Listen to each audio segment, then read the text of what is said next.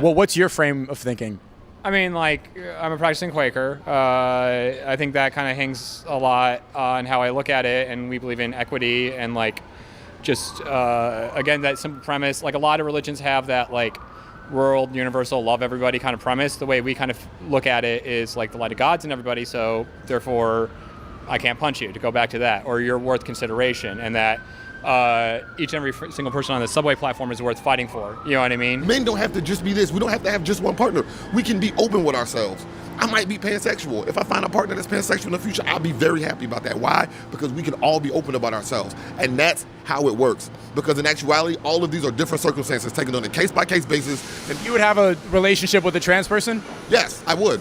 And why? Because they're a person. Person first and foremost. Trans women are women. It's weird and terrible to have to say, but you know what? They're just women, okay? They're women. And trans women are women, then you would just say women are women. Right. But then I have to say women are women, but I have to give the context. The reason why is, for example, do you know that just yesterday, July 31st, there was a homosexual man that was stabbed in a parking lot for dancing, okay?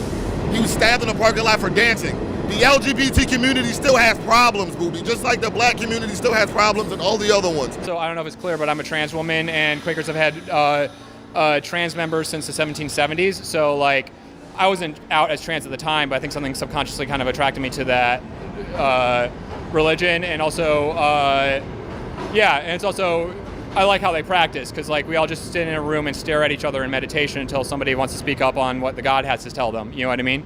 And that's, you know, like, you hear about religious practice, but it's actually a thing you do over and over and over again. And I think, like, having that outlet of that form of meditation, especially one that's, like, not focused towards, like, what's inside of me, but what's, like, outside for all of these people around you, I think it's just helped me in my life when I have a lot of struggles, and, you know, I desire power. You know what I mean? Because I don't get a lot of power in my life as a trans woman, you know? Are there a lot of trans people in Quakerism? Yeah, there's quite a few trans people in my church.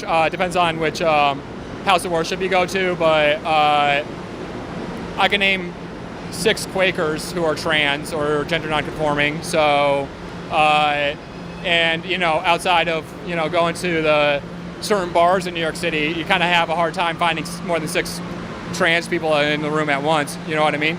Yeah. I say you're the first person to tell you this.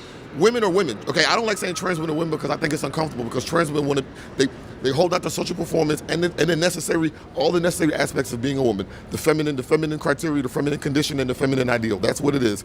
And for that matter, how we understand how gender and sex works in the duality, then they are women. But I had a trans woman in this chair like 3 people ago. Pretty manly guy.